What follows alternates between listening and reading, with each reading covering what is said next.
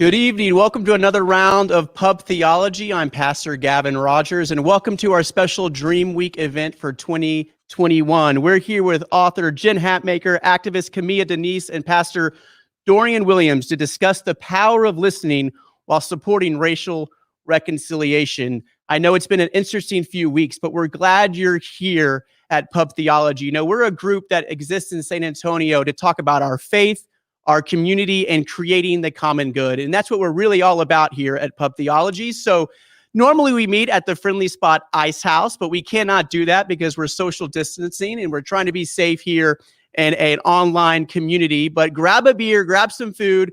And for the next hour and a half or so, we're going to have a great conversation with some three amazing panelists. I want to introduce my co-host behind me. First, we have Bekah McNeel.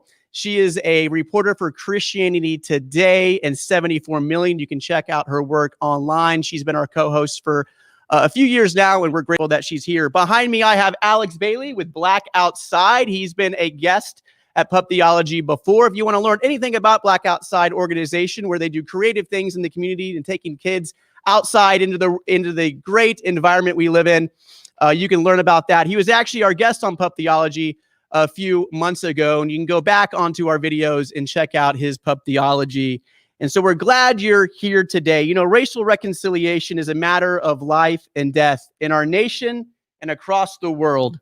We can no longer accept the status quo and continue to divide and tactically limit voices that have been marginalized and silenced in the past.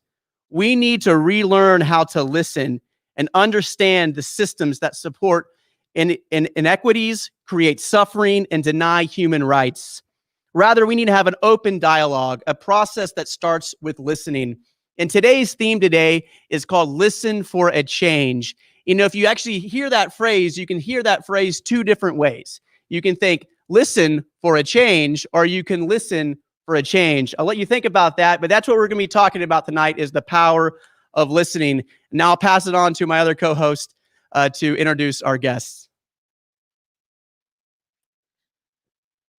All right, tonight we are so excited to have this panel. It's tempting to just turn the cameras on them and let them chit-chat all night because I think you would get so much out of that.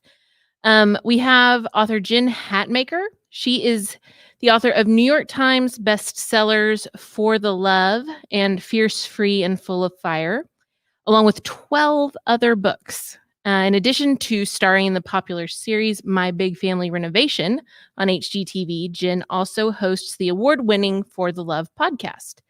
She is the delighted curator of the Jen Hatmaker Book Club and leader of a tightly knit online community where she reaches millions of people each week. Jen is co-founder of the Legacy Collective, a giving community that grants millions of dollars towards sustainable projects around the world. She is mom to 5 kids and lives happily just outside Austin, Texas, in a 1908 farmhouse with questionable plumbing. To learn more about Jen, you can visit her website, jenhatmaker.com. Dr. Dorian Williams was born and raised in San Antonio, Texas. After a collegiate track career at UTSA, where he was an all-conference track performer in the 100 and 200, I just learned. He enlisted in the U.S. Air Force and has no regrets, and received his commission as the Air Force's first Black aerospace physiologist, literally a rocket scientist. Dr. Williams is currently the CEO and founder of Reach SA, senior pastor and founder at Texas Christian Fellowship SA, presiding bishop and founder of UCMA, and senior manager of learning and development for the San Antonio Area Foundation. Additionally, he is the author of the international bestseller Strategic Planning for Black Folk, Unleashing the Secret Weapon to Success. Doc is co-leader of the SA Stronger Together movement for Pastors Against Racism. He is a board member for Teach for America and a board member of the San Antonio African American Museum. Brother Dorian also sits on the Black Leadership Council chaired by State Representative Barbara Gervin Hawkins. And that is what retirement looks like for Dr. Dorian Williams. We also are so excited to have Kimiya Denise. Kimiya is a graduate of the University of Texas, San Antonio, and the president, executive director, and community activist for the Black Freedom Factory in San Antonio, Texas. Black Freedom Factory exists to build a more racially and socially just society by cultivating racial equity across San Antonio through data-driven advocacy, mentorship programs for grassroots organizers, community outreach, anti-racism training, and consulting. So no small feat. She is also the leader, co-founder of #ChangeRapeCulture, which challenges Title IX policies regarding sexual misconduct and accurate survivor representation. Kimiya is into some very simple, easy to achieve tasks, as you can tell. Not a very serious person. Kimiya also fights for reproductive justice. Email info@blackfreedomfactory.org for more information. I highly suggest that we all do that. Thank you guys so much for being here. We're honored. We're so excited to learn from you. Yeah, no, we want to echo those thanks for your time, especially during Dream Week here in our city. So to start off, we'd love to hear a little bit more from each of y'all about your passions, your interests, your career, and most importantly, touch a little bit about why the topic of racial reconciliation really speaks to you. Want to start? Sure, I will. Dorian, pleasure to thanks for having me, first of all. Dorian Williams, of course, and as you heard, and so for me, just being a native of San Antonio, coming back home after 25 years of traveling the world, working in hyper diverse environments and really in the United States Air Force. Coming back home was definitely disappointed.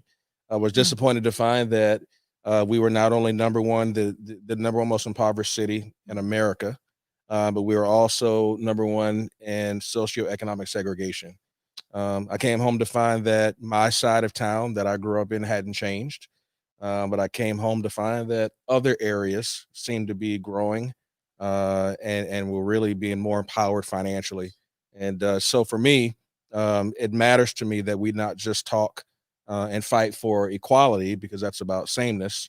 My fight really is about inequity, which is about fairness. Spreading the word that we didn't all start at the same place. So anybody that I see that is equal with their colleagues is a hero for me. That's good. Yeah.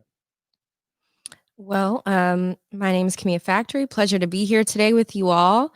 I am originally from Austin, Texas, and I attended UTSA for college. I studied political science with a minor in legal studies.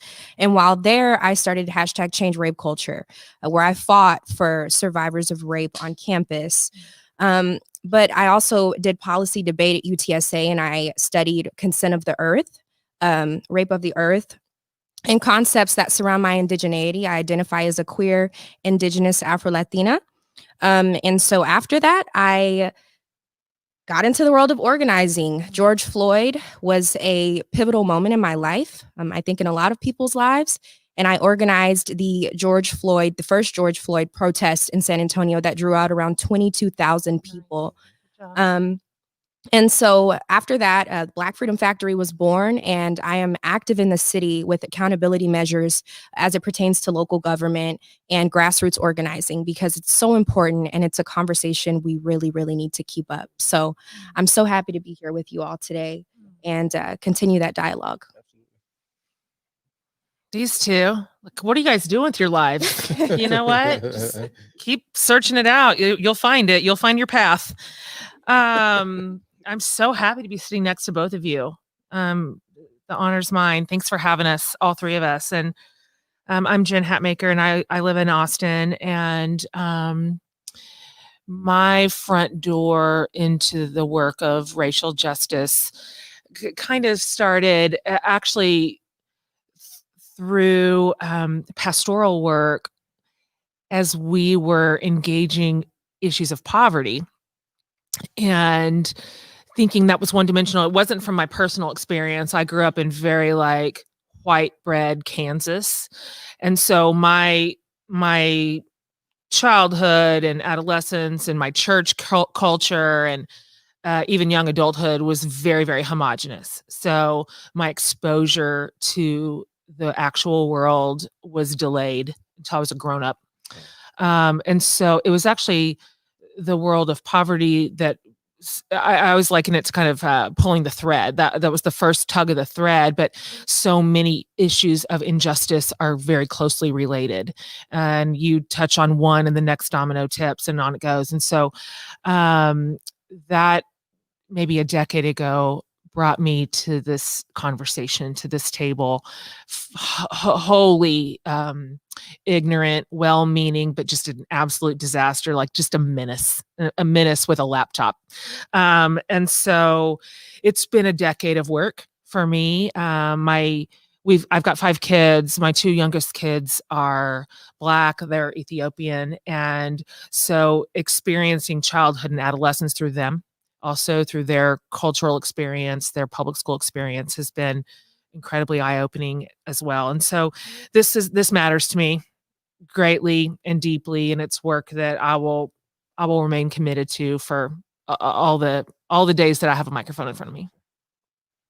That's great. Thank you so much for being here. We're glad all 3 of you are here. And we want to remind our audience watching on Facebook, if you're watching on Jen Hatmaker's site or Pub Theology San Antonio or on YouTube, if you post a question or a comment, we can see that. And we'll have a time during this broadcast to share your questions. So if you have a question for anyone on our panel, please feel free to ask that in the comments, and then we can vet those in due time, ask those questions. So again, share this video and spread the love for DreamWeek San Antonio. DreamWeek has events all throughout San Antonio this week around the MLK holiday to talk about race and the common good and just creating dialogue with all different types of people through art, through conversation, through video. And so check out dreamweek.org for all the events happening in the remainder of the week. So thank you for joining. Share this video and post your questions in our comments. All right, panel. It's been a very interesting few weeks. And in light of the events that happened at the U.S. Capitol, and in many years leading up to this event, how do you each interpret what has happened, and how do we begin to heal as a divided nation? And we'll let Kimiya go first. One word that really keeps replaying in my head when it comes to the Capitol is privilege. I was insanely triggered watching the Capitol be stormed simply because I peacefully protested all summer. I did not incite violence. If anything, I tried to abide by the CDC guidelines with COVID-19. And I was pepper sprayed. I was treated like an insect for exercising my First Amendment right, which is freedom of speech. And so to watch the atrocity that I see it as unfold on TV before my eyes was so triggering. And at that moment, once again, I reckoned with my life being valued less. And it's just this continuous process of, despite what accolade or degree I have, the privilege is always there, the white privilege. And so that is really, really how I feel about that day. I remember my blood boiling. I remember my hands shaking. And a lot of people saw it as this event, right? It was all over the news, which is another triggering thing I think we go through as Black folk. It's like we just see ourselves executed publicly on TV. And then add on to that, we see ourselves as the basis of this awful conversation, which is our lives constantly having to matter. And so I was just insanely triggered. And it was infuriating. It was infuriating to see that unfold before my eyes. Yeah, I think for me, and I think for a lot of Black folk, it was very traumatic because for those of us that have done far less, we have gotten far worse. And so I think we all sat there waiting for the shoe to drop. I was terrified. And I spoke to a couple of my colleagues, and we thought, this is going to be tragic. Bodies will be, thrown all over the lawn. This is going to be on the news. It's terrible. And watching, people scale the walls, watching these things happen, didn't matter who they were. Immediately I went into how I would have responded or what would have happened to me if I was doing that. And when it didn't happen at a level, I know 4 people lost their lives and another individual took his life. I understand that. But when it didn't happen the way that I've experienced myself personally, the way that I've seen it happen with German Shepherds and pepper spray and water hoses and nooses and these sorts of things, the Rodney Kings, these things come back. And it reminded me, it didn't matter how many degrees I have. It didn't matter that I was a lieutenant colonel in the United States Air Force, that I've done firsts, I had a book. We keep thinking you're going to be able to achieve your way out of out of the perception. And this just really was heartbreaking for me because not more happened, but it was because I think we'd be wise to speak less about, to help white people understand it's less about white privilege and more about Black not being a privilege. Does that make sense? I think I found in that conversation it's way easier. Say if white privilege bothers you, being Black is not a privilege. To where nobody in America should think if there were 500 Black men and women that did what happened, it would have been a different outcome. That's right. Yeah. Oh, I'm sorry. Gosh, that day was really, really hard to watch and traumatic in so many ways. And you're right.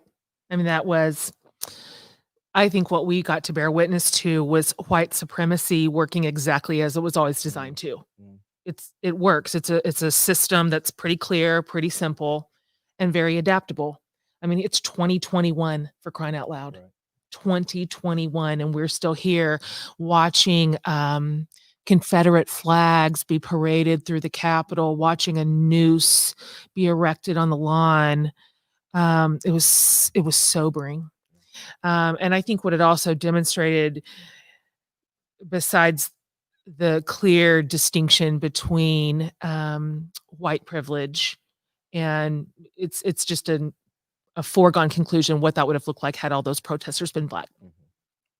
But it also revealed pretty starkly what is deeply still in the hearts of a big portion of America. Yeah.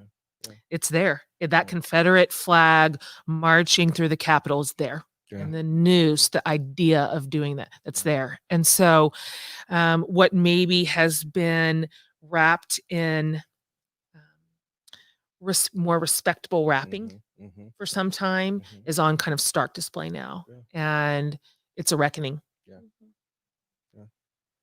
And I want to follow up with that question we talked about the events now. So how do we heal? Kimiya, how do we heal this divided nation slowly in these years to come? Gosh. That is an answer that generations of my ancestors are like watching me right now to answer. Healing is a process. It's not something that happens overnight, certainly, as cliche as that might sound. Healing is something that I like to call shadow work. That's something that I've gotten into recently. And shadow work is really confronting the traumas that dwell deep within and accepting that that's a process that's uncomfortable. Uncomfortability is a part of this conversation. That's right. Having to relive these experiences is something that we all have to do as Black folk. So why not ask our audience to meet us halfway? Right. Because 9 times out of 10, 10 times out of 10, 11 times out of 10, we're doing most of the work. That's right.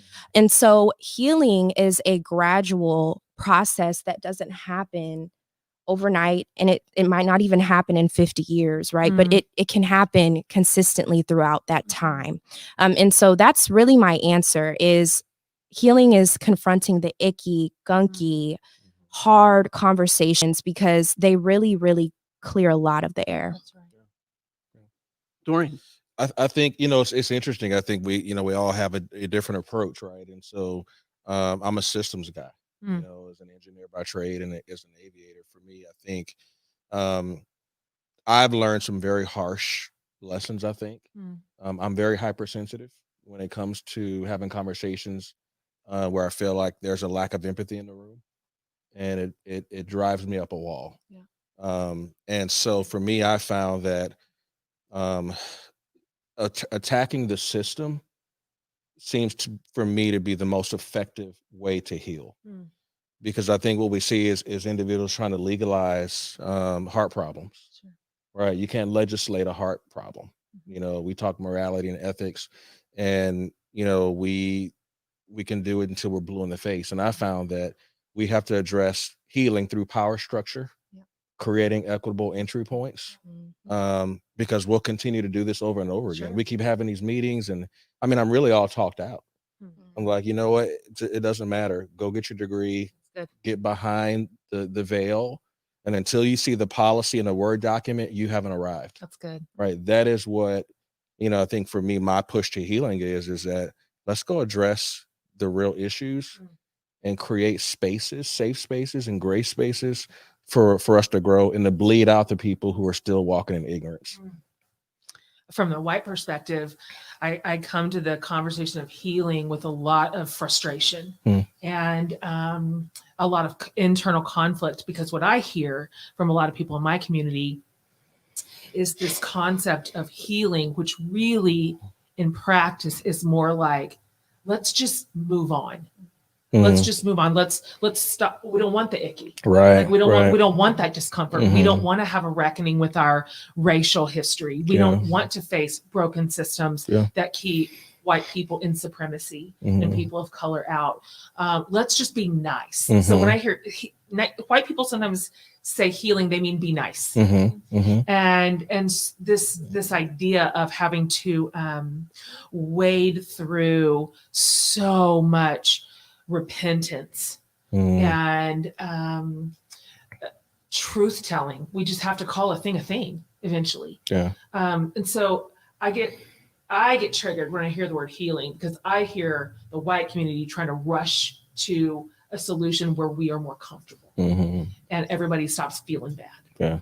And so I think healing is deep. It is a deep incision and taking out gangrene flesh, and that is going to hurt. And it's going to be a mess. But I think that is the only way to ever really experience racial healing in our culture. Thank you so much for your comments that coming in. We actually have a comment about this topic we're talking right now. And Charlotte says, to talk about healing seems premature to me. Kimiya, can you express, or Dorian can express that frustration? Like when people say this is premature to talk about, I can totally understand where they're coming from. So can you explain that a little bit more, maybe about where that sentiment comes from? Premature. I'm trying to understand what premature might mean, because this is a conversation I've had to have since I was born with black skin. So brown skin, you know, it's a conversation that should have happened a long time ago and should continue to. I mean, I mean, what do you think? Yeah, I think that, I mean, for me, Charlotte, thank you for the question, but I do think that healing is concurrent, right? I mean, I don't shy away from my faith as a pastor, that I believe that, as you have healthy healing words, it cuts, but it heals at the same time. And while I say I'm tired of having those conversations, it does help you heal. The first time a white person said to me, I'm sorry for what my ancestors did. That's not too soon for me to heal. Like I needed that. It helped me realize that my anger was less anger and more trauma. And that was huge for me. So I think that healing is individual. I understand where Charlotte, she may feel like that. And I think we should respect that. But I think we need to have that conversation, because I think there's different levels of hurt. And so some people need to start sooner. And I think the healing part is just having a conversation and hearing that. I know that, Jen, I know you didn't, you weren't around. I wasn't around as a slave, and you weren't a slave owner. But certainly looking at the trauma and, in our eyes and hearts, and seeing yourself portrayed in stocks and chains for the first time in first grade, it's hard. So to say, that sucked and that wasn't cool, that's enough. It was enough for me to say, you know what, I can sit down and have a decent conversation without letting my anger get the best of me. Yeah. Thank you all for sharing those very open reflections. And one thing we know is healing is a process, as y'all mentioned, and listening is also a process. Some people are great at it, others are still struggling, and it's definitely something that's needed here in our nation. So I want to ask y'all, how do people begin to learn the art of listening? And what are some specific things that people can do to be better listeners, especially folks who want to speak and dominate conversations? White people are just so conditioned to being centered in every room they're in, that their opinion matters the most, that their feelings count the most. And so, when we start to deal with the issue of white fragility, when it comes to being good listeners, this is a deep well to start digging out, to be honest. And the white tears that accompany these challenging but important and difficult conversations can derail the whole thing. And so, in my opinion, this is the work of the white community to decenter themselves voluntarily, and say, this is my moment to sit and listen. This is the time. It's past time for us to pull up a chair at the table as learners, as listeners, ultimately as allies. But wow, that work is hard. The defensiveness and the shame that comes part and parcel with these conversations of racial injustice and reckoning it's a real obstacle to overcome. A mentor of mine told me, you have 2 ears and 1 mouth. You should do more of something, with one than the other. And she meant to listen. And I mentioned I debated policy. Hello to my policy debate nerds out there. In debate, I would go against white debaters and I would get cut off in the middle of my speeches. Sure. And that taught me a lot about what you spoke to, the privilege that accompanies that. And my work with survivors of rape and sexual assault, when they would disclose to me their stories, their sacred stories of trauma, I never wanted to interrupt that. And if you apply that to conversations about racism, that's really good. Right? If you apply that same sentiment, I think that we can get a lot further, because the work that I've done outside of race taught me that someone else's story is as important, if not more important than mine. That's good. And what I have to say is not more important than anybody else. That's right. Yeah, that's really good. I think certainly from a listening perspective, for our culture, it's been so long that we haven't had a voice, right? So our voice came out in some very ugly ways sometimes, and I think in our own culture, we call those voices out. Hey, you don't need to do that. You don't need to burn something down or loot, or I understand that how you feel. You're given a voice now. Here it is. And so what I found is that there's an impatience for us to figure out what we're really trying to say. I've been in rooms and had very hard conversations with pastors, believers, whomever, unbelievers. And I found that you're right. It was just, okay, well, then tell me why you're mad. I don't know. Tell me, well, I can't figure it out because I've never been in this position before to share why. So give me time, give Black people time, an opportunity to figure out what the real issue is, because we have to work. That's a lot to unpack. There's a lot to unpack there. So I think that the key to listening, to answer the question, is really, what are you listening for? That's good. Or what are you listening for? Are you listening for knowledge? You just want to know? Or are you listening to comprehend? I want you to understand my pain and my hurt, and it helped me heal, and I'll repay it, because we are resilient. We've been through some stuff. So we can help you not want to storm Capitol Hill when you don't get your way. We can help you because we know what it's like to not get your guy in the White House. We know what it's like to not to lose. And we're looking at, white folks like, are y'all really doing this right now? Like, this is really happening. And we're looking like, can you do that? We didn't even know you could do that. So it was just, I think we need each other, but I want to listen to you. And I want to comprehend what you're saying, so I can at least try to empathize as much as I can. And don't you find it's pretty important to not consider this a one conversation? Oh yeah. This is long and it's ongoing. And to your exact point, there's sometimes I need 3 conversations just to get to it.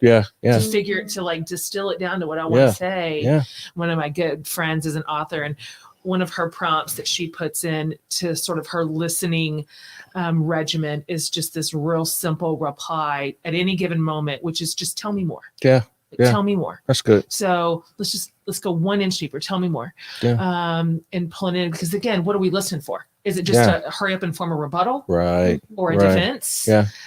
Or is it to hear? Is it to understand? Is it to connect? And so I have found that tell me more can span years That's good. of dialogue. Because you're going to have a bad Years. conversation. That's the thing is in this process, you're going to have a bad conversation, Sure. right? Mhm. You're going to have those ones I'm sure you've experienced. We all have where it's like, I'm never doing this again. Totally. You know, I sat in the parking lot with one of my pastor friends. He's a white guy, and he's, you know, we can talk to each other about anything. We've had some hard conversations, and, you know, we sat in the parking lot in tears saying, I didn't really mean that, man. I got mad, you know, and I apologize. And it took us 3 or 4 weeks, and we're still working towards getting that relationship back because I heard him say some things that I didn't agree with, and vice versa. So it is a marathon.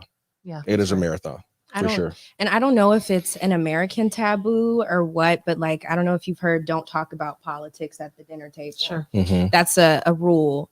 And I never understood that because I love Christmas and Thanksgiving. I'm like, are y'all ready to talk? Like, let's divulge, like, let's share. And so with #change rape culture and in the movements that, you know, I work with, I encourage people to take these conversations to Thanksgiving and Christmas, because 9 times out of 10, you know, our familial spaces are where we experience a lot of our trauma, exactly right. childhood and adult. So I really encourage that kind of dialogue at the dinner table. That's good. Yeah. I think this is a fun time to kind of dig in on some of the particulars and practical parts of this dialogue and how to do it well. And one of those questions comes from our Facebook community.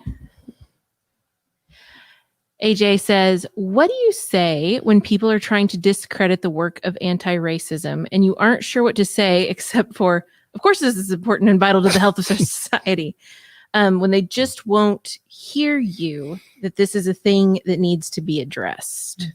So I think in the Bible, we call it pearls before swine. Yeah. But at the same time, I think one of the pre-conversations we were having is knowing how far those relationships are going to go and having to ask. So talk to AJ and the rest of us a little bit about when someone says, this is my line. This isn't important. So a practical reason why this is important maybe, and then how much convincing can be done.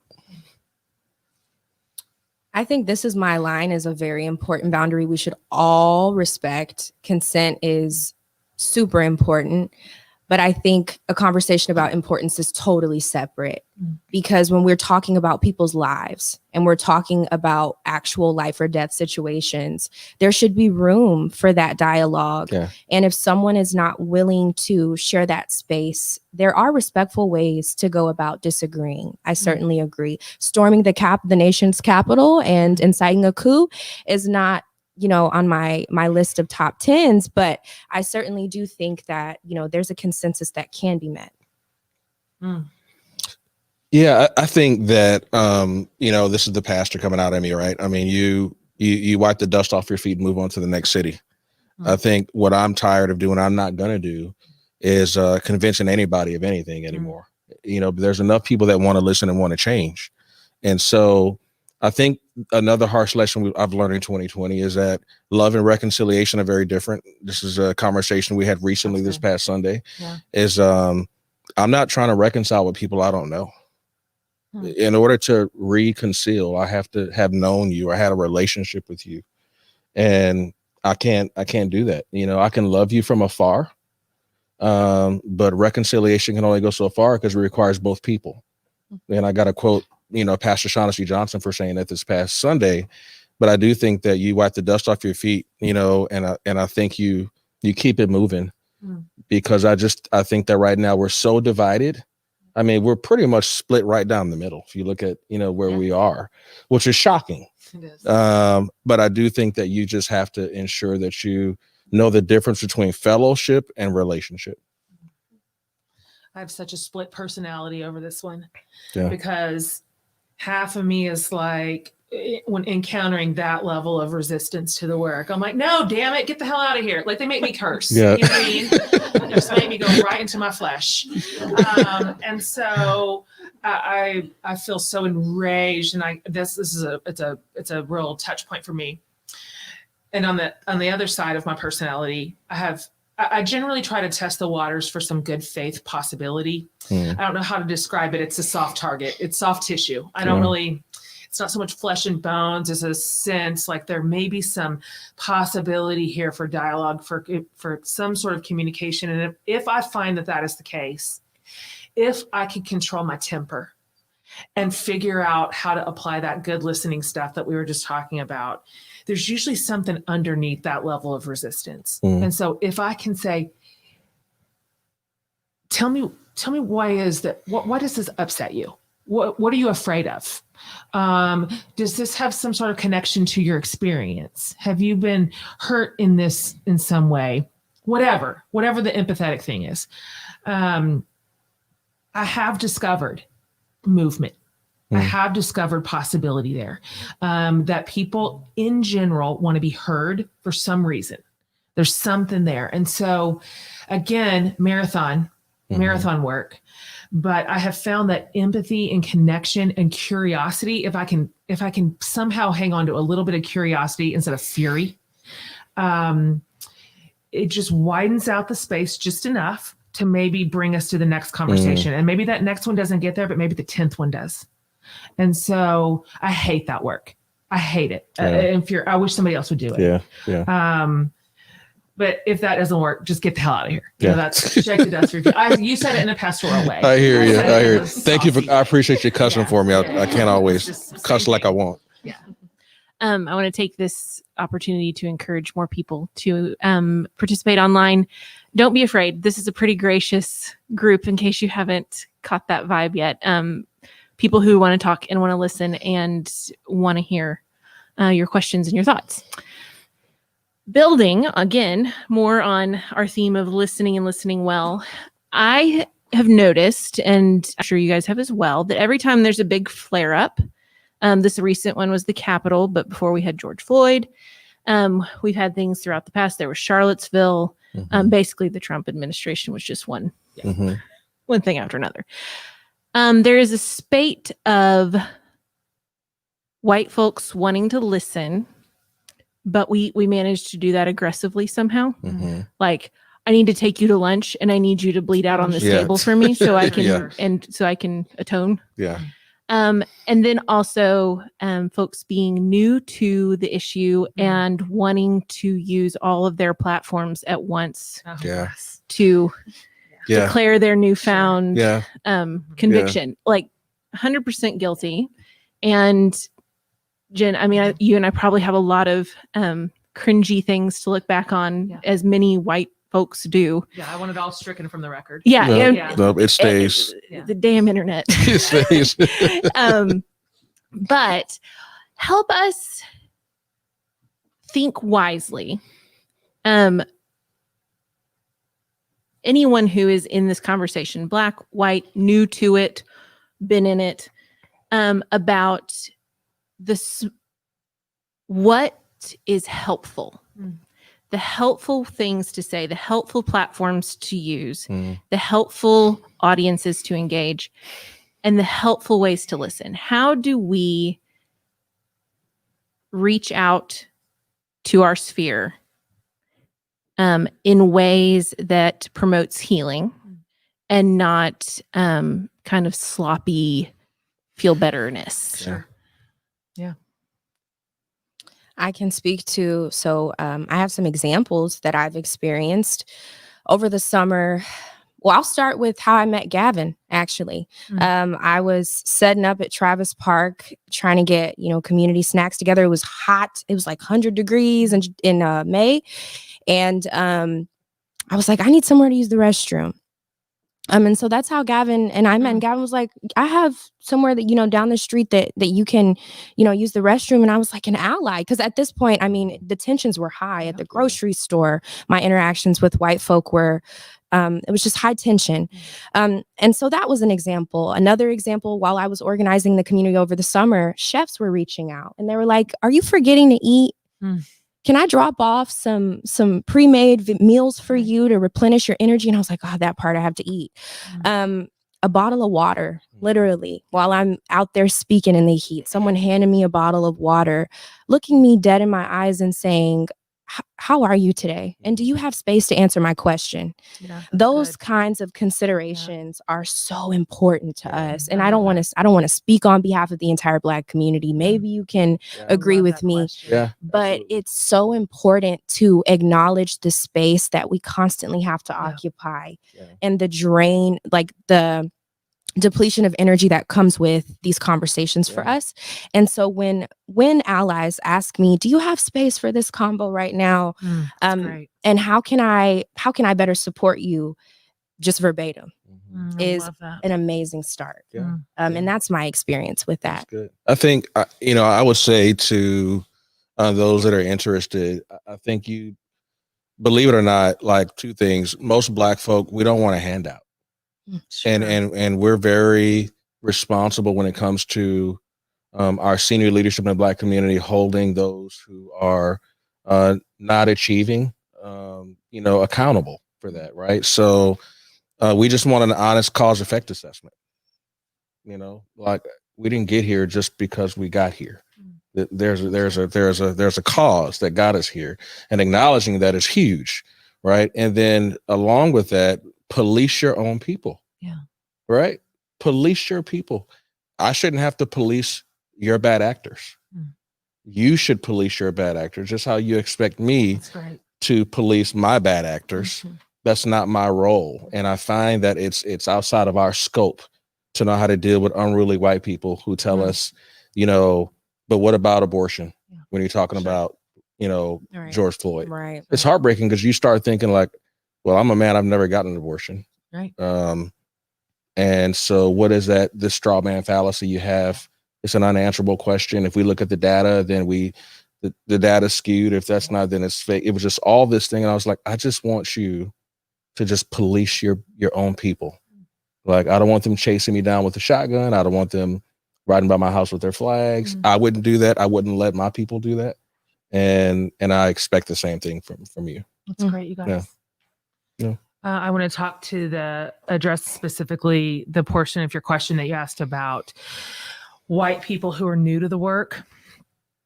And they burn real hot, real fast and get super woke on all the platforms real quickly. Come on, Jan. Without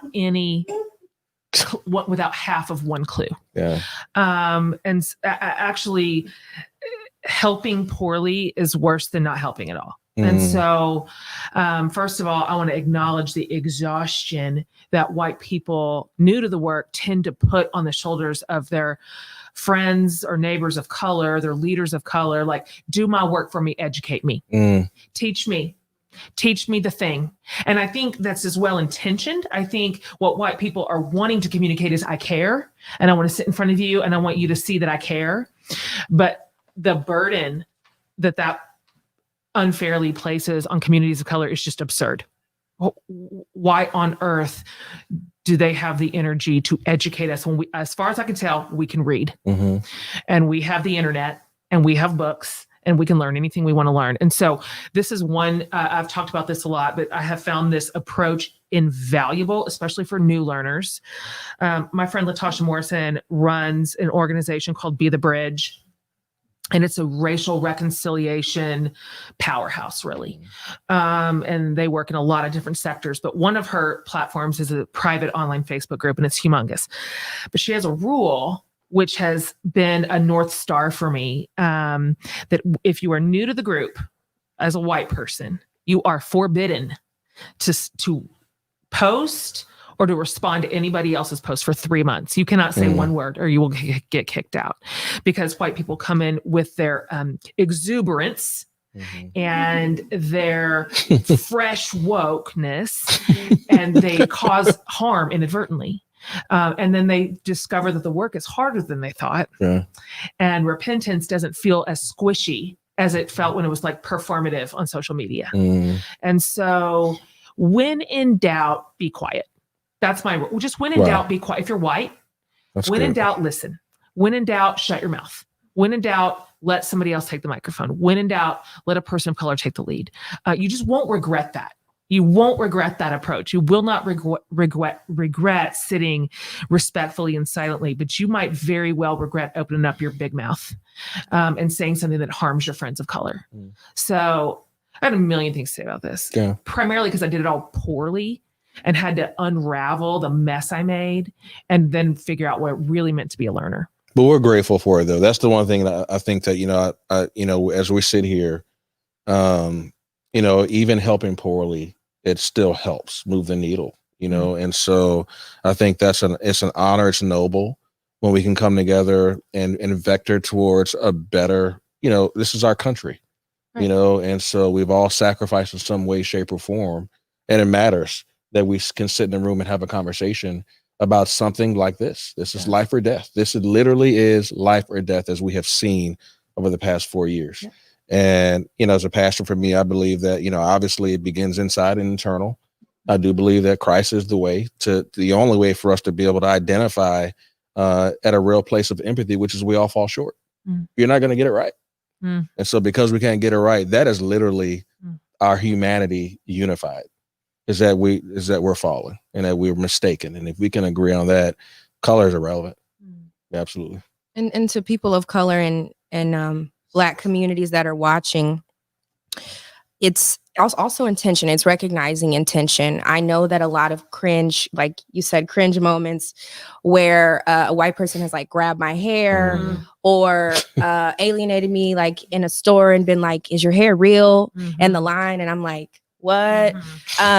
Those kinds of situations, whether it be a microaggression, Yes. right? Or the fact that they just genuinely liked my hair and they didn't know how to mask their excitement. Yeah. Those kinds of, it's true, right? Oh, Comments about my lips, Yeah. things like that. I'm like, well, I do have a decent lipstick on today. So Sure. maybe that's, plays into it.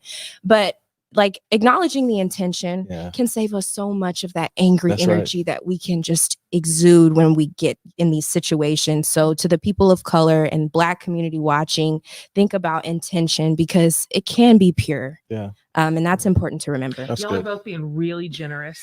I'm just saying. Really, really I'm just generous saying. right now. Yeah. But I want to tell you something too that has been really important to me. In this spirit of generosity, I appreciate you caring about intention. That is so, that's gracious.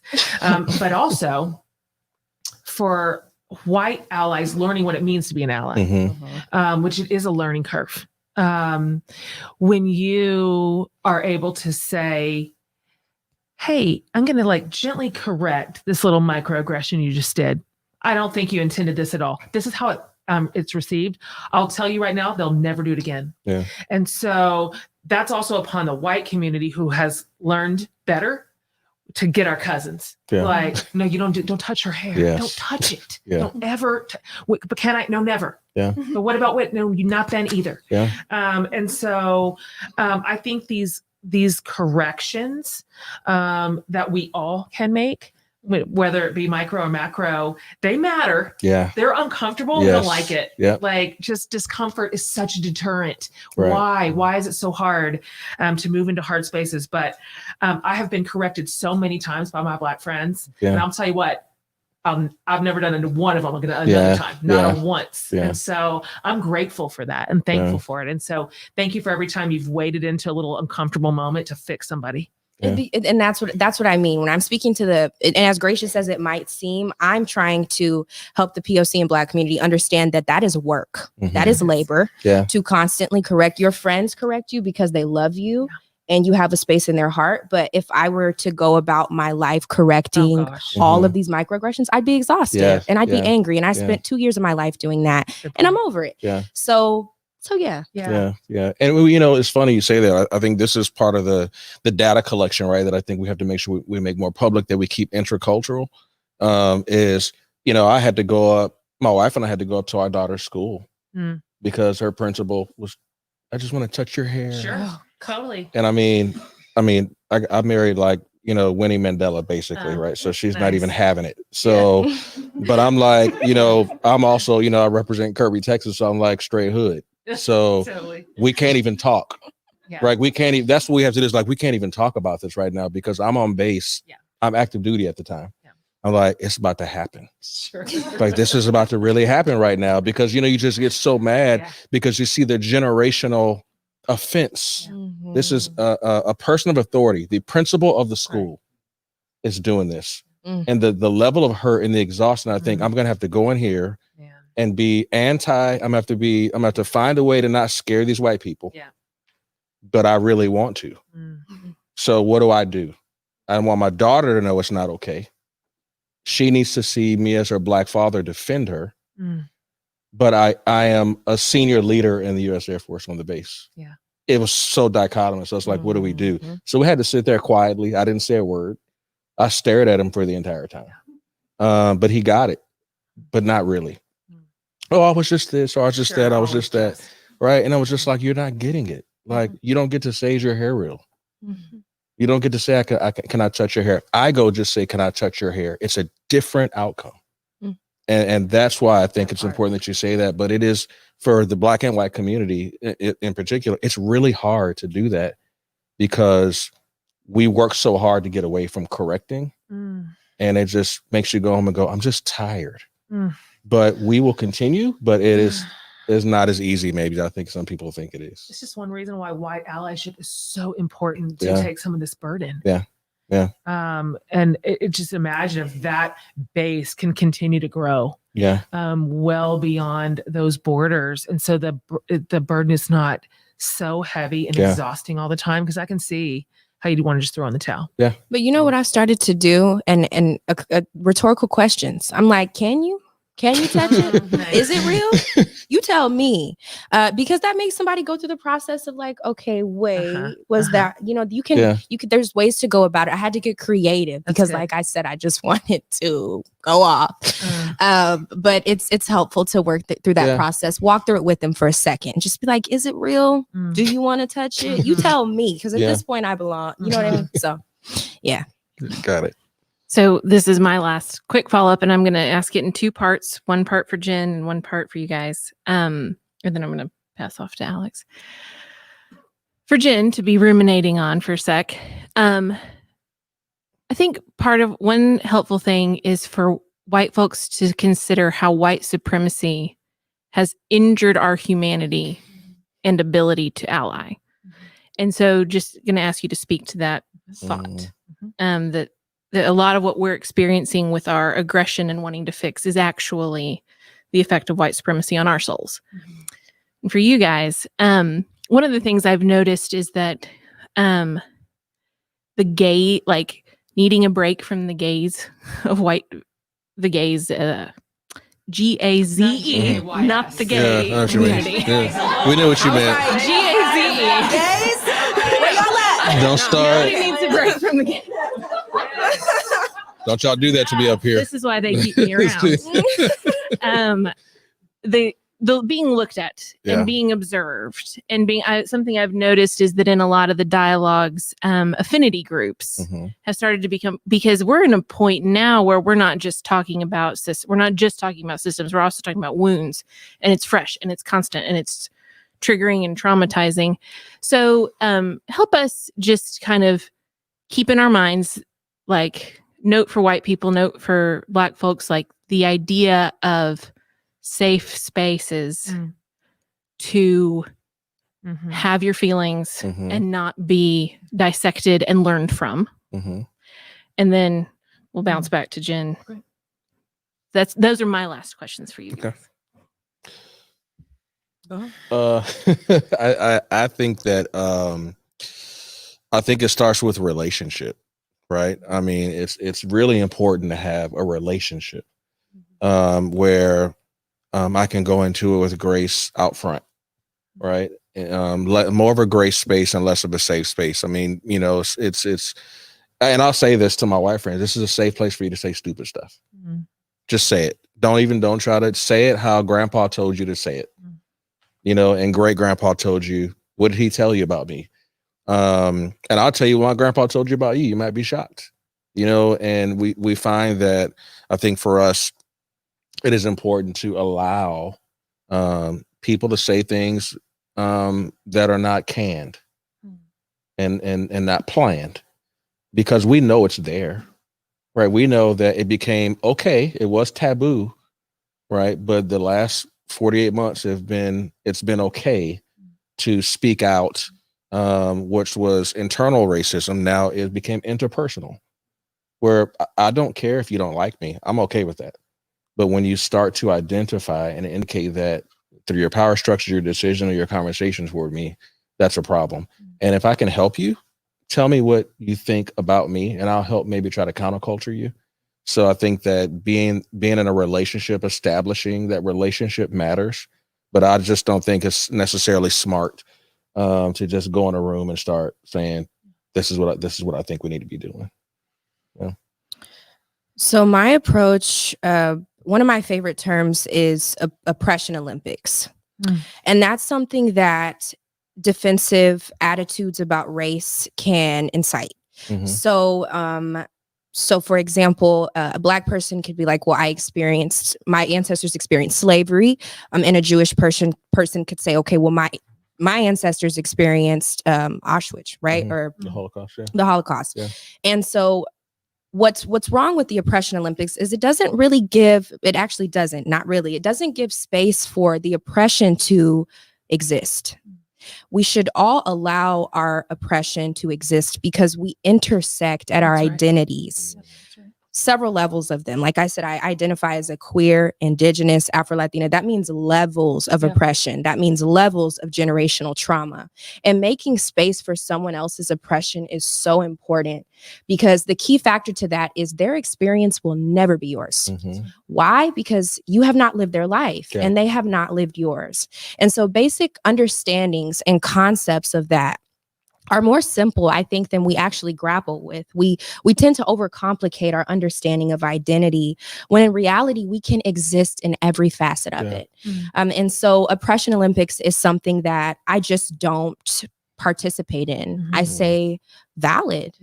Valid. Your ancestry, your trauma is valid. That's I'm good. here to compare Love it. and contrast, but not in a competitive way. I love it. And so that's how I approach that question. That's good. I just want y'all to keep talking.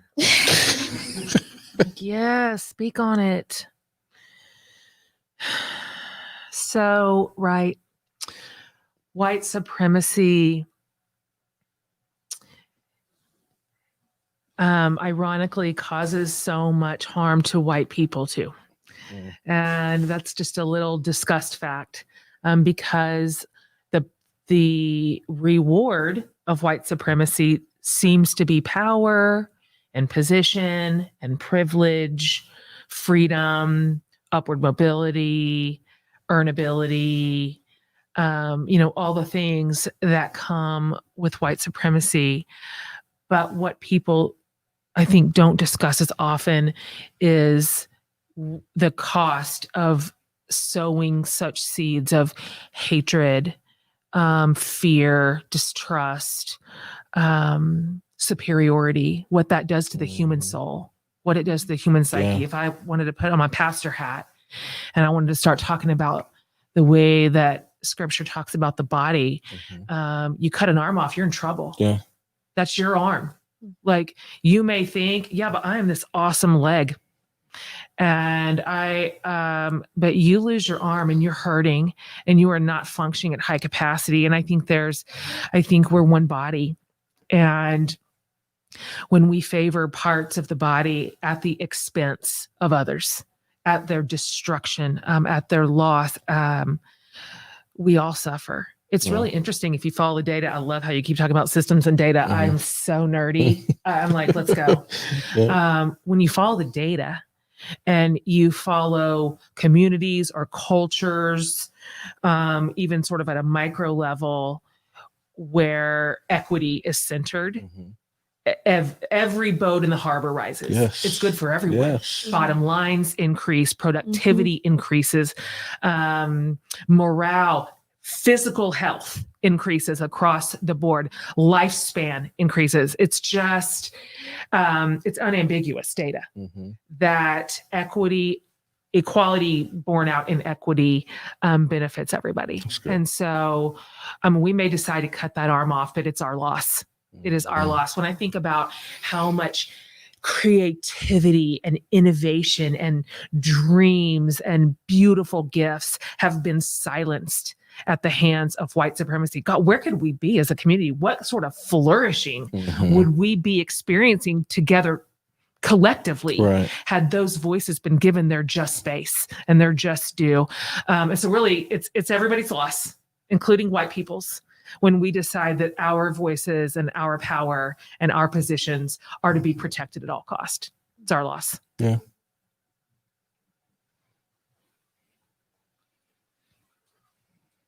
So winding down here towards the end. So thank y'all again for all the great questions online. We just have a few more questions. So obviously context is very important. And here we, live in San Antonio, which is still a predominantly Hispanic, Latino, Latinx city. And so we have a question online from Mari. I hope that I pronounced that correctly. And this is a really good one. I think really relevant to many of the folks probably tuning in from San Antonio. Marty states, as a non-Black and non-white person, parentheses Hispanic, we are often disregarded in the dialogue altogether. What is the best way for us to support other people of color, take pride in them and their culture and ourselves, and really be a true ally and agent for change? I love that. Wow. That's very true. I completely agree. I think that brown communities, whether it be Hispanic or indigenous, are actually it is a Black or a white issue, which is unfortunate because, like I just talked about, the intersections of my identity and how they're all valid. I know for a fact that we can assess our privileges. We all have privileges. I am a Black woman, but I am not a Black trans woman. And, you are a Black man, but you are not a Black woman. There are levels to privilege that we all can assess. And so identifying it that way can be really helpful because one feeling left out of the conversation is not room for healing. There's no healing in that. There's no justification or justice. So I would just really analyze what privilege you have. And I mean that down to access to a car, access to redistributing funds, simple privileges, right? That we might see as simple could be so much more for someone else. And that's how I've learned to identify that, because although it is a Black or a white issue, my womanhood, I feel like, is often left out of conversations. Or the class that I grew up in, right, which was not, I grew up pretty poor. So those kinds of reflections are super important for the future. Yeah. I think that for my brown folks and the brown community, I've had a lot of conversations, right, and been on stages with brown people, and I've had them say to me, and I hope this encourages and this answers the question is injustice, anywhere, right, is injustice, everywhere. Like if it's us now, it'll be you next. Right. And so the way I look at it and the way that it was shared with me by my brown friends that were with me, said, you know what? They said, no, Doc, go. You go. And if you can open these doors for y'all, then we can figure the system out and come in right behind you. And then there are systems that we're going to go take the lead on that are addressing them. And we're going to get behind you. We're going to work together, because I think what I want all of us to understand is that racism in general is not really black or white. It's really green. Racism is less about color and more about money. It's slaves weren't slaves because they were black. It was because they were valuable. Sure. Right. So when you look at this intentionality of economy, right, is racists actually hate everybody that affects their bottom line. Sure. And that's what this really is. And for the brown, black, and when I see, as a pastor, when I see you know, when I hear you say and you identify in your intersectionality and like where you are in your levels, like I don't have to agree with your lifestyle or who you are. I understand that by fighting for you, I'm fighting for me. And I say that as a man of God. It's like everybody has a right to choose and live their life how they desire to do that. And so when I see a brown person that's down at the border and we're dealing with these issues, I'm ashamed of myself that I wasn't as moved as I was when George Floyd was murdered. I never posted anything. I never screamed and yelled. I didn't know. So what I'm trying to do is be better, you know, for the brown community, for the other communities to say, hey, I know that everybody, if we really want a free nation, you should be free to decide. And I can't legalize your culture, your life based on my norms. And I think that's huge for us. And when we start talking about our colors. Yeah. That's great, you guys. I'm now just add very briefly that I acknowledge that the question and kind of the pain behind it. A lot of my friends in that community have said the same thing in more or less words. Like we feel left out of this conversation. We feel left out of the statistics, which are skewed a certain direction, and feel like our voices are as elevated. And so I acknowledge that there's work to be done there to widen the table. The question that I ask myself in any room that I'm in, any discussion that's being had, an issue that we're having a conversation about, policy that we're working through, theology that we're parsing out. My sort of grid, my lens is whose voice is missing. It's pretty clear. It's always pretty clear. Wow. There's always a handful of voices that are never missing. I wish they would go missing. They're overrepresented at the table. But I think if we started to ask ourselves in these really important dialogues that we are all in all the time, who's missing here? We may find that we are naturally able to pull up a few more seats to the table. And that's good. Again, that's good for everybody. That's really good. Good for everybody. Yeah. But I think we should be a little careful, though, with this question, because it's not to say that anti-Blackness is not rampant in this city, because I am a living testament of that. I have been spoken over several times in organizing spaces, and it's not something that I'm a stranger to. So I don't want there to be this misconception of Hispanic folk being completely left out, because they are privileged. Their skin is lighter than ours, in fact. And so that's what I wanted to refine my answer, because it's important that we acknowledge that there is privilege in, being Hispanic.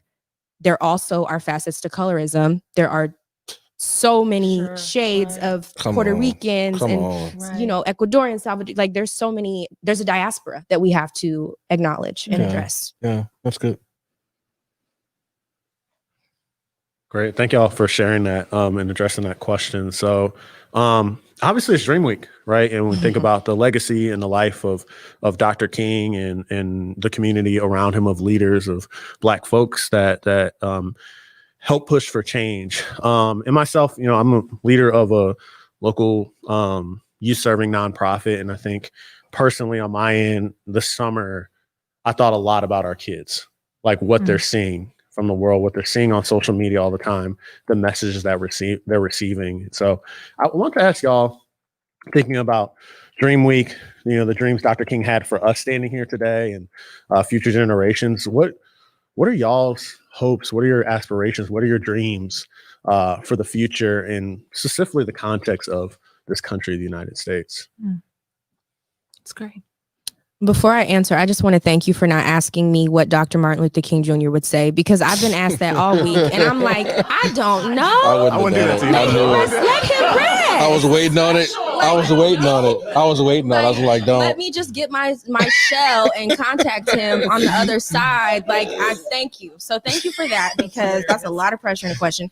The Dr. Martin Luther King Jr. question. I will say that I first want to say that Dr. Martin Luther King Jr. was not the only person that did the work, right? He gets a lot of recognition for the work, but there were so many Black women and, queer people like behind the scenes that were helping his dreams. So I want to acknowledge them. I also want to say that I'm happy. I'm happy because a lot of the times, and I'm finding this, civil rights figures are not as famous or acknowledged or recognized until they're gone. Sure. And so I hope that he's smiling down right now. But more importantly, his message is what I'm sure he wanted to carry out of everything, out of the outfits he might have worn or the speeches he's given. It's the message. And so it's an honor to sit here on this DreamWeek event on the stage with you all. I remember attending DreamWeek events when I was like a freshman in college. I was like, this is cool. And now I'm on a stage. So it's an honor to live out his dream. And it's an honor to be in a city that celebrates this. So happy to be here. Yeah. I think that for me, my dream is that there'll be nobody left like me in my city. It wasn't necessarily celebrated to be a cool black, like a smart black kid. You said cool. It wasn't cool. Yeah, I mean, cool. I wasn't that cool, but literally, it just was. I want everybody to have an opportunity, so there's no excuses, right? I want to give everybody. It's not an availability problem; it's an accessibility issue, right? And so that's what I want. If I give everybody, if I can work, whatever programs we're doing, whatever our work is, everybody should have a shot. And then if you fail, we're going to hold you accountable for it because you didn't take the bull by the horn. But when we don't offer equal opportunity and accessibility to the person like me who was, felt like I had nowhere to go and I couldn't succeed unless I left here, we're going to lose all of our young black talent, our young brown talent, our young white talent, because they're looking for greater diversity in cities, and we're losing them to Dallas, Houston, and Austin. And I want San Antonio to be the mecca of diversity for talent for minorities. Nice. Yeah. Good vision. Yeah. Those are great answers. I think I'm still flying a little bit high because we saw historical inauguration this morning. Yeah. And we put a woman awesome. in the White House. Let's go. Let's go. In the White We House. sure did. I can't get over it. Let's go. Just thinking about it. And that's a part of my dream. Yeah. Part of my dream is happening in front of our eyes. We're part of history today. That's cool. And opportunity matters, accessibility matters, representation matters too. And so this idea that my daughters are barely going to ever remember not having a woman in the White House. They'll have to reach way back in the recesses. And I feel hopeful. That's good. Isn't it something to say hopeful? Yeah. After these 4 It years. has been a minute. After these 4 It years. has been a minute. I felt so hopeful today, just seeing and hearing a White House that I had forgotten. And that in some ways has never been realized. And so what's in front of us, like what's possible now for just groups that have been historically marginalized and definitely not been a part of our representation feels really important. And so many people have gone before us to do this work, and it's so exciting to watch some of it come to fruition.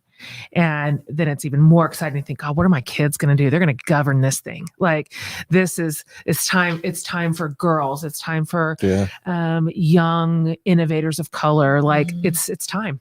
And so I think we're going to see it in our days. I really do. And I'm so committed to it. I can't wait to watch the flourishing of every community in our country. I just can't wait. That's great. We're going to give you time now in the next couple of minutes to ask questions to each other. So Jen will ask a question, and then Camille will ask a question, and then y'all can dialogue with each other. We want to kind of open it up, the forum there.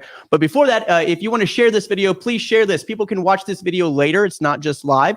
So share this video. People are asking how we can, post this video. Well, just click on the share button, and more people can watch it later and continue the conversation. You can also go to dreamweek.org to learn all about the other conversations that have been happening. Even during this hour, there are great conversations and panels that are happening all throughout the week. And go hear those voices and learn, because we do not have all the answers. I fail often. And so go to dreamweek.org and look at all the other great dialogues that have been happening this week. So Kimiya, do you have a question for either Dorian or Jen? Yeah, I have a question for both of you about the hope that you just gave to the audience and to me is beautiful and amazing. And I want this moment to last. Nonetheless, we have to assess democracy for what it is. Yep. We have to assess elected officials for the job that they carry out, and that is to be a public servant. So how do you all feel about sensationalizing politicians?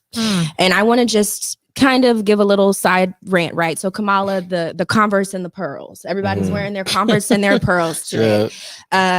Bernie, there's so many memes of Bernie, right?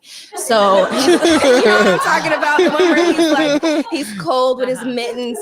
So even though this meme-worthy culture is great, like we need the laugh, why should we not probably sensationalize politicians? Great question. Yeah. Right. Because then it becomes like just the lowest hanging fruit. Right. What's going to get a jab? What's going to get a laugh? What's going to get a click through? Right. And that doesn't ever equate to meaningful policy or leadership born out of integrity. I really appreciate the question.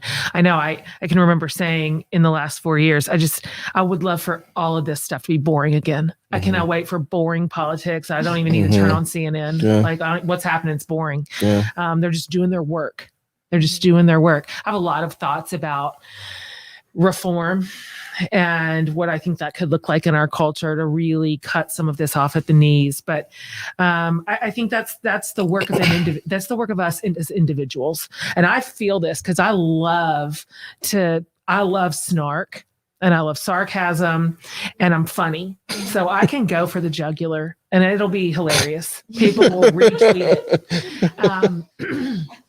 But I'm never proud of that the next day. And so I just, my temper sometimes.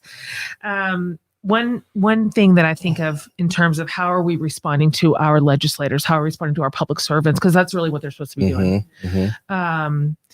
is whatever I say about them, whatever I highlight, whatever I elevate, whatever I'm paying attention to, whatever I'm raising to the consciousness of my community that I lead, am I going to be proud of this in a year? Am I going to be glad this is the hill I died on? Am I going to be glad this is the thing that I put in front of us and said, let's consider this?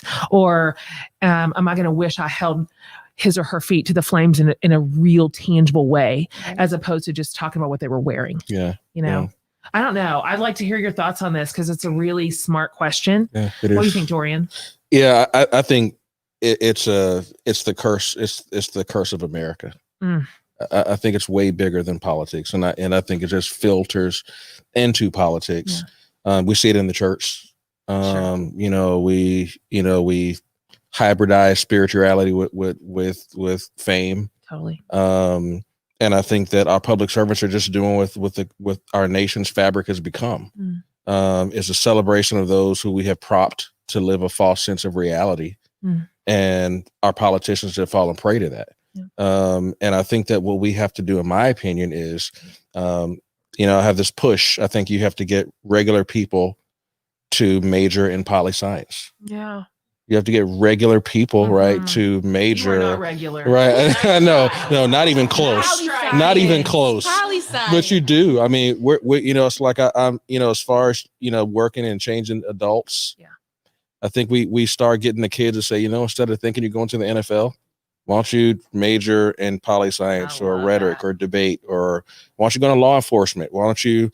That's really where I think we'll do that. And then we need to hold them accountable. That's not a C-SPAN accountable. Yeah. But look at, I think reform when it comes to like voting. Yeah. The electoral college versus the popular vote. Term limits. You start doing some things that like this is not a lifelong career for you. Yeah. This is a place of service. Totally. And you got 16 months and you're out of there. Totally. You get $35,000 or whatever it is. Right. And you get on. And I think that we'll see who's about it. We'll see. You talk about being woke. We'll see who's left. Yeah.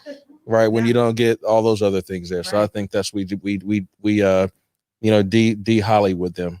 Absolutely. across the board. I think that's how I want to do Yeah, it. with those pearls and those Converse, let's alleviate that student debt. Yeah. Let's talk about Yeah. those stimulus checks. You You're know so what I mean? serious. Just celebrate the Chucks and Pearls.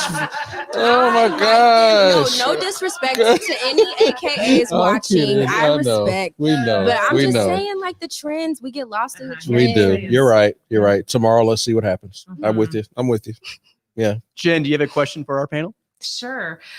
Yeah, I'd love to hear from both of you. Kind of in the vein of what you were saying earlier about you say what you want. Like, what's your granddad say about me? Like, if you just could speak candidly and frankly, what have you? Oh, we could say this in broad terms, but maybe more specifically, this last 4 years, more or less. What has disappointed you from the white allies in your life? And what do you wish we would be doing better or more of or less of, whatever the thing is? I know. It's okay. You can say it. Come on. Okay. So I guess I'm going to be less gracious right now. Okay. The white tears. Yeah. So, and I mean that in a very honest way, because when I do often find the strength and the courage to correct the white folk that I love, I'm often met with variations of just I'm sorry. And it at that point it's like I can be an anxious person, so then it's like awkward. So that's really what I guess the lack of acknowledgement of, okay, I had this privileged moment, and we're kind of having a hard time moving on from that. That's what disappoints me more than anything. And that's what I meant by intention, right? It's that the white tears are like tears, but we have to acknowledge the privilege and the space that comes with them. So if anything, that's probably what has disappointed me the most. Yep. Wow. You would do that. I would. Okay. I think my greatest disappointment has been in the church. Yeah, me too. Yeah. I mean, it has destroyed in a lot of ways my faith in the term Christian. Same.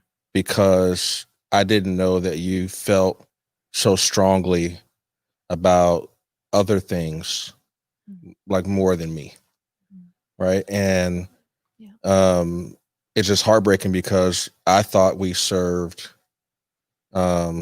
together, and that politics were not such a priority.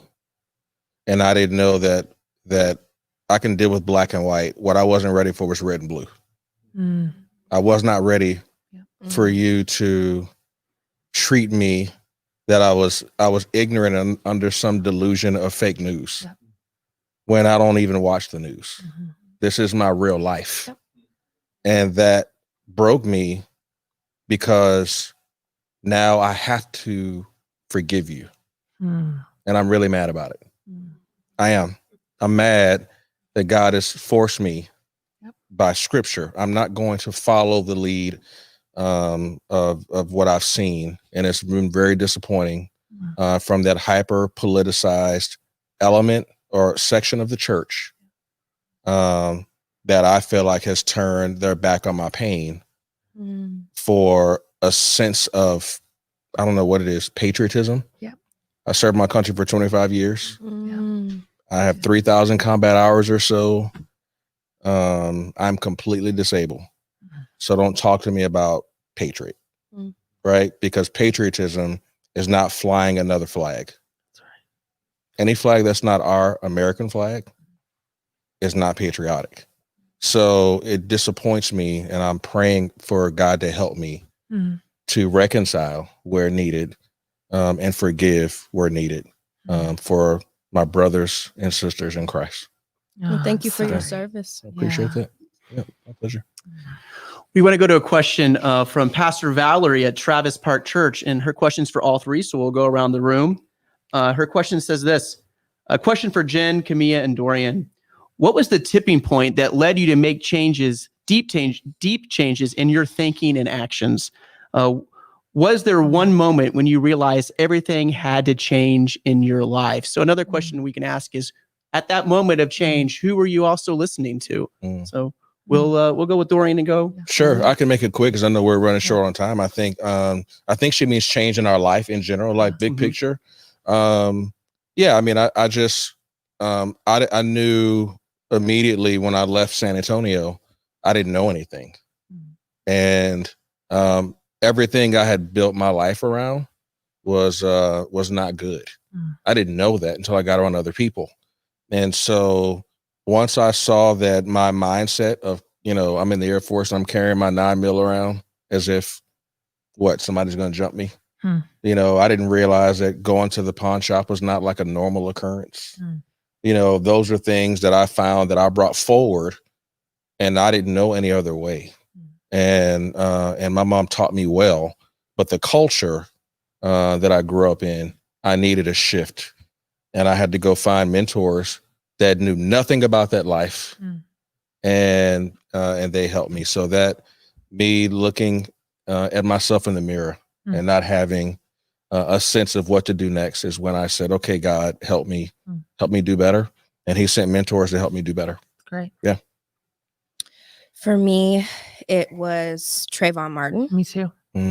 I could not grapple with or understand how he thought he was going to have some Skittles and an Arizona tea. At that moment, it became real that could be me, because I was in high school at the time, and I was like, something has to change. I watched the trial. And I was like, what is this system that is supposed to be upheld? What is actual democracy? And the voice that was in my ear that instilled that change was my single mother.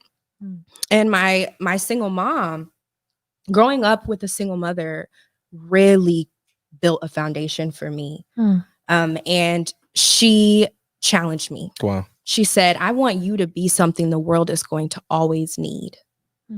And Trayvon Martin, I knew that unfortunately, I knew and I saw that there were going to be other lives that were lost. So that was the moment for me. Yeah, it was me too. Trayvon catalyzed what was percolating in my life already in a way that was like an irreversible change for me. And I started listening to his mom. I started watching it unfold, and I just kept thinking, yeah, but like the next thing is going to be the justice part, because obviously it was going to be like, obviously there's going to be justice in this clearly unjust. And then it just wasn't, and it wasn't, and it wasn't. And then I watched the white community rally in a different direction. And that was the first time I read an essay called, I'm going to get it a little bit wrong, but it was called something like Unpacking the Backpack of White Privilege or something like that. And that is like a stake in the ground for me, for sure. And then, of course, we can't count how much Black trauma, loss of Black life and Black harm has happened since then. It's just, it's such a tragedy. And so I'm grateful for all the truth tellers that rose up around Trayvon's death and what they've meant to me and how they've become leaders and mentors to me. And that's when I noticed at that time is that, who am I listening to? Who are my teachers? Like, who are my mentors? Who am I following? What are these people saying that I'm listening to? So that began also the process of deeply diversifying all the input and leadership I was taking in my life, which completely changed me. Completely. I cannot recommend that more. Just sit down and listen to new voices, different people, different leaders. That's great. And we have one more question coming up from our online listeners, but last question that we have for you. And, we're all going to go home after this in the days to come, and we have to sit with our family members, our friends, and have these hard conversations, sometimes with people that we love, that we disagree with in so many different ways, where, we always think about the Thanksgiving table, but it just doesn't happen on Thanksgiving. It happens every time we sit down and break bread and have hard conversations. So I'm going to ask this to Kimiya. How do we work with others or engage with people who share views that harm and hurt others through overt and covert racist behaviors and beliefs? But they're people that we love. They're our brothers and sisters. They're my cousins. They're the people that I have to deal with each and every day. How do I better engage with my family members? Well, we first remember why we love them, because that will keep us grounded in these situations. Yeah. And then we think about the harm that could come with not, the harm that comes with their stance.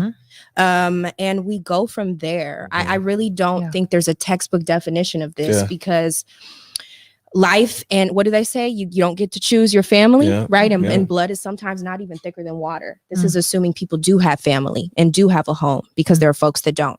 So really navigating that, I really think, and this is, it's a super kumbaya answer, but it's really remembering why you love them, because that'll get you through the hard, harsh things that they say, and evaluating if that relationship is worth repair, because we cannot sacrifice our happiness and our space for someone who is unwilling to meet us halfway. We just can't. And that should be a boundary that we all set for ourselves. Any thoughts between the other two? Lead by example. That's all I'll say. Just, it's when you get tired of being tired, you just lead by example. And I think that inevitably, I think good behavior begets good behavior. Yeah, perfectly well said. I think it's important to consider boundaries in this conversation too. We do want to repair if we can. We want to hold the door open if we can. We want to create dialogue if we can. We want that marathon if they'll engage it. But if they will not, we were talking earlier before we came out here that there are some things in which we say to even the people that we love, I cannot agree to disagree with you on this. This is beyond agree to disagree. That's right. Non-negotiable. This is non-negotiable. Like dignity is not negotiable. Equity is not negotiable. White supremacy is not negotiable. That's not a thing that I want to have unity with. And so I know that people listening are dealing with this right now. It's real. There's a lot of pain. It's major in families right now, and in culture, in churches, in workplaces around this. But I love what you just said. It's unwise to sacrifice mental wealth or mental wellness and our well-being on the altar of keeping the peace. Right. Yeah. I had somebody say to me a couple of days ago, what's the difference between Black power and white supremacy? And I thought it was a very telling question. And I think for, our white and brown listeners, I do want to make sure that we understand that we didn't make this about race. White people made this about race. By identifying that we were less than and worst, and we never wanted this. When we say and use terms like Black power, and I hold my fist up, it's because I'm trying to convince myself that I'm not who you said I was, right? I'm trying to unthink what you have taught me and conditioned me to think about myself through mass media or movies or roles. So I did want to make sure that as we're having this conversation around dinner tables and these safe and great spaces, that, don't misunderstand that for Black supremacy. So we're not saying we're better than you. We're just saying we're equal. And I have to tell my daughter that all the time, and my wife that all the time, that you are bad. You are powerful. You can do this. And it's not at the expense of anybody else. Right. We're speaking directly to ourselves, and it's psychological warfare for us to say those things. So it is not the same. And I wanted to make sure that I was clear about that. Good. We have a last question here, and thank you so much for posting your comments. Keep the dialogue going. I know we couldn't get to everybody's questions and comments, but you can communicate safely with each other in the weeks to come in this video and other videos that we will post. A question from Kat. What resources would you recommend for people who are new to the conversation or those who have been in the conversation or searching for more? Books, websites, etc. So we will start with Kimiya, go to Jen, and then Dorian. Well, you can visit me at www.blackfreedomfactory.com. There you go. You can follow me on social media. I love to post books that I'm reading, and I just really like to be a resource for the community. So if you keep up with me, I'll definitely help you out with that. What book do you recommend? What book don't I recommend? Oh my gosh. My favorite is Eloquent Rage by Brittany Cooper. A Black feminist discovers her superpower. That's one of my favorite books. Great sub. Awesome. I mentioned her earlier, but a really wonderful community to join if you're new to the work, particularly white people new to the work, is my friend Latasha's community, Be the Bridge. And it's a wealth of resources. It's small group work, it's written work, it's groups online, it's events, it's mentorship. There's a lot of entry points for you to begin this work and begin the dialogue. One of my favorite books and a really great place to start also is my friend Austin Channing Brown's book. It's called I'm Still Here. And it's a very powerful account. One thing that I find cuts through a lot of white defensiveness and white tears and white fragility is story. When we get sort of out of the realm of idea and philosophy and the constructs and get down into people's lived experiences. And so hers is a memoir and it's incredibly powerful. And so I can't recommend it enough. Yeah, I say just generally, I mean, you can go to Race Matters, Race Forward. There's some great information there. I recommend from a book standpoint, you can't go wrong with Ta-Nehisi Coates' Between the World and Me. I also think that everybody should read W.E. Du Bois's The Soul of Black Folk. Classic. I mean, I just think you can't even begin to have this conversation if you don't at least read that. And then, of course, Strategic Planning for Black Folk. Of course. Come on now. www.strategybrother.com. Come check me out. No, Sure. we're good. All right, we'll go back real fast to you guys, but I just want to thank everybody joining. We're not quite done yet, but I do want to thank this space that we're in that was helped us create as best as we can social distancing during this time, and that's the Arsenal Church in San Antonio, Texas, with Pastor Chad and Pastor Rob, who've helped us with this technology that I know nothing about, but they do a wonderful job. So you can check out the Arsenal Church and support them in San Antonio. That's in their space, and we were able to be here together online and in person to make this a fruitful conversation. If you want to learn more about Jen Hatmaker, you can go to jenhatmaker.com. You can also check her out on For the Loved podcast. Check it out, read her books. She's wonderful. And also tomorrow, I believe at 10 a.m. At the Washington National Cathedral website, she'll be giving the final prayer for the prayer service for the inauguration of Joe Biden. And just so check that out. Congratulations. That's a wonderful thing. Hey.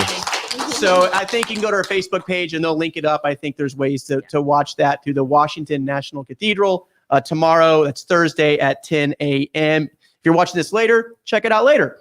Also, you can check out Dorian Williams and his church. Go to his Facebook page. Dorian, do you have any other specific websites that you would like people to go to? Yeah, just go to reachsa.tx.org. We're doing all the work, equity, nonprofit on equity, and congratulations to all of us.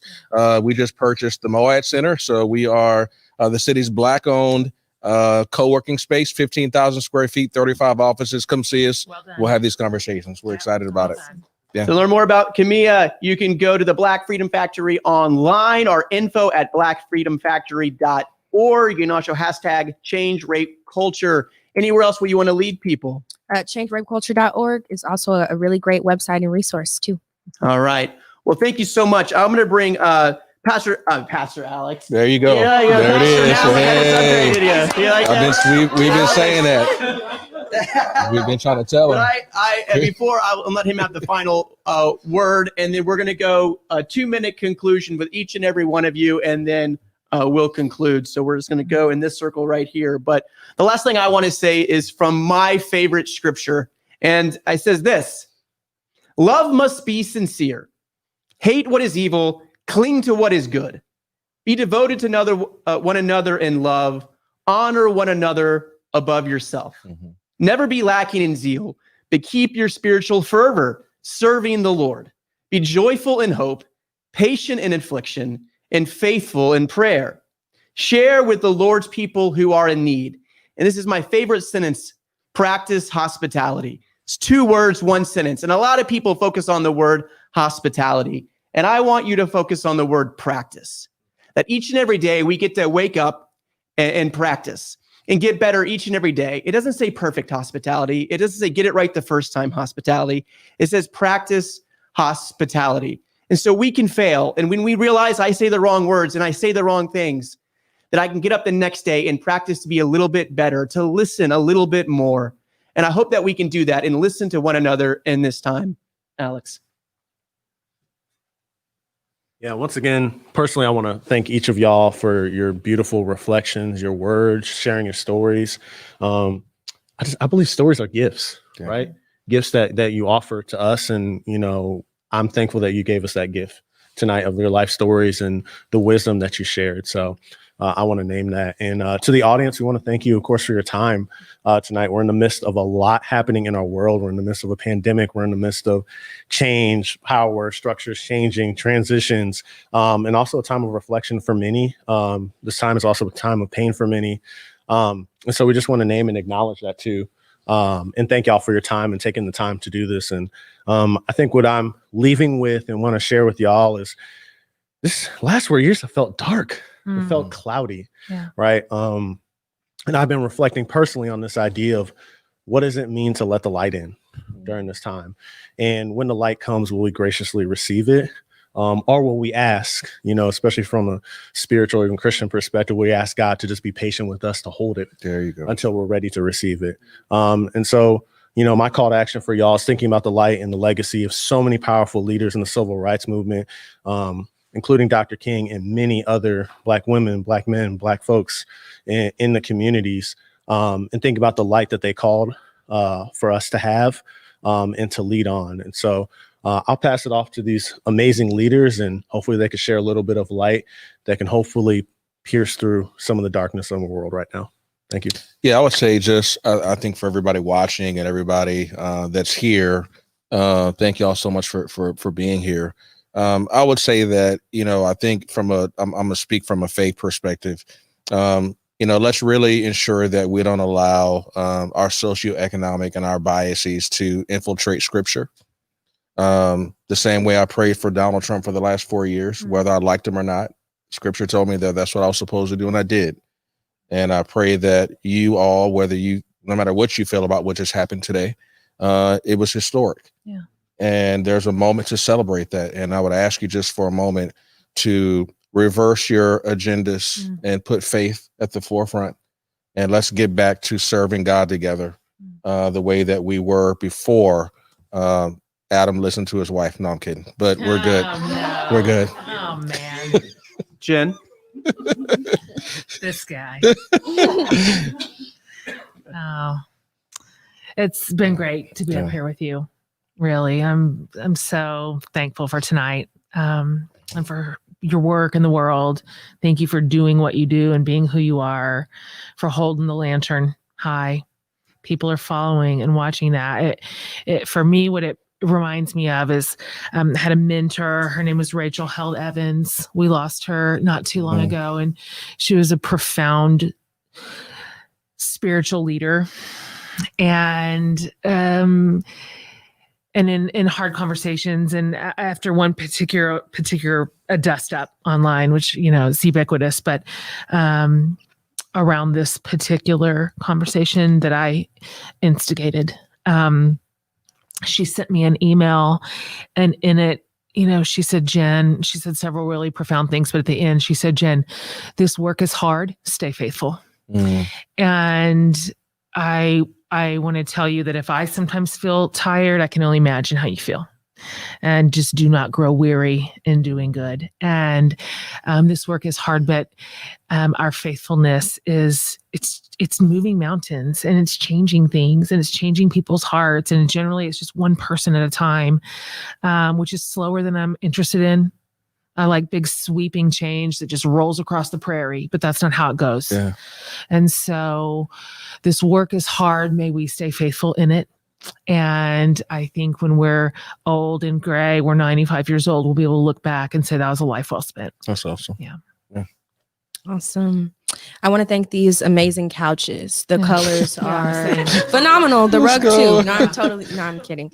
I really appreciate sharing this space with you all. You are not getting away from me after today. We've embarked on a very amazing conversation, and we've shared some really awesome experiences.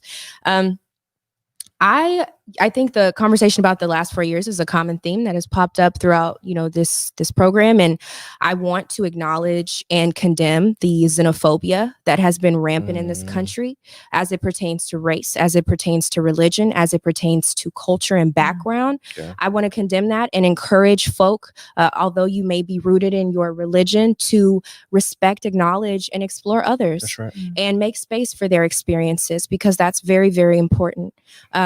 But most importantly, we all contribute. This country calls itself a melting pot. And we have to stay true to that notion by condemning the statements that have been made about several different people That's right. by a certain administration. So I wanted to end on that note, because dreaming is a result of what our ancestors sought out for us. They saw us existing in this future on this stage. Our stars crossed and our paths aligned far before we sat here. And it was a plan. So I think I'll close out on that. Beautiful. Well said. Beautiful. Thank you guys so much. And thank you to everybody who tuned in. We will see you again. Thanks.